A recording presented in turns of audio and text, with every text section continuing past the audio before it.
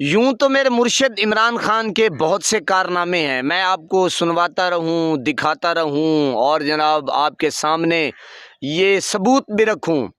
आप पहले ये वीडियो देखें, फिर इसके ऊपर गुफ्तगू करेंगे। लेकिन मैं एक बात ज़रूर कहूँगा कि इस वीडियो के नीचे जो मेरे जो हैं वो दूसरे पटवारी हजरात, खून लीगी, वो लाजमी कमेंट करें और बताएं क्या वाकई, मैं कहना नहीं चाहता कि इस शख्स को आप यहूदी कह सकते हैं, आप फ़लाँ का ग़ुलाम, इसराइली एजेंट, ये हो गया वो हो गया।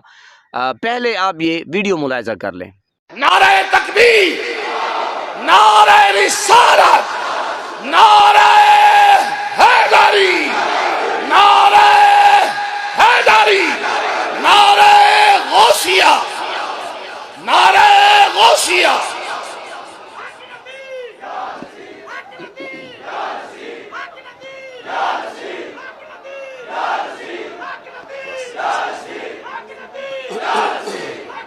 बिस्मिल्लाहिर्रहमानिर्रहीम, इय्याका नअबुदु व इय्याका नस्तईन।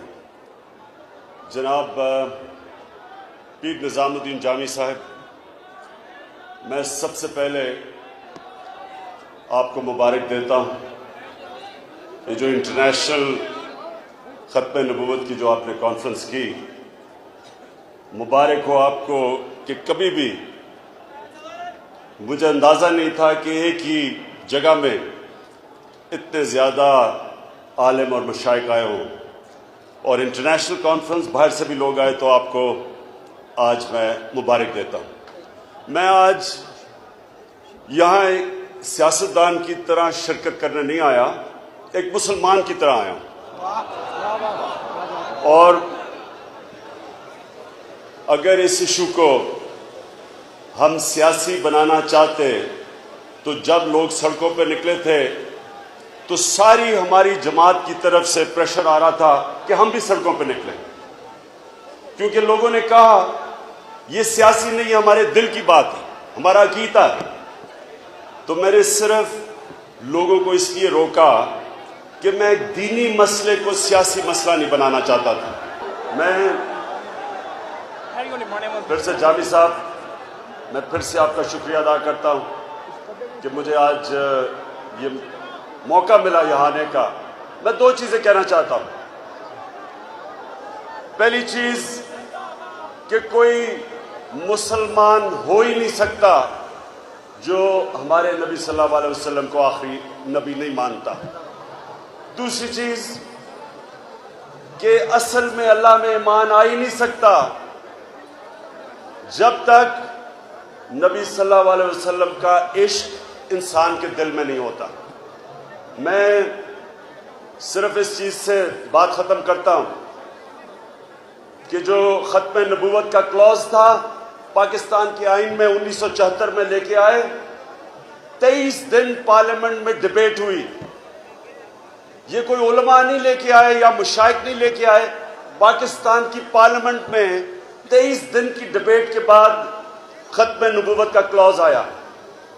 सारी कौम ये पूछना चाहती है कि कौन था इसके पीछे, क्या वजह थी, क्या वजह थी कि ये आइन के अंदर अमेंडमेंट करने के लिए और क्लॉज निकालने के लिए, चेंज करने के लिए क्या वजह थी। ये कौम इसको डिमांड करेगी, कौम इसका जवाब चाहेगी। इसके लिए जितनी भी देर होगा इस हुकूमत के लिए मुश्किल होता जाएगा जब तक इसका जवाब नहीं देगी।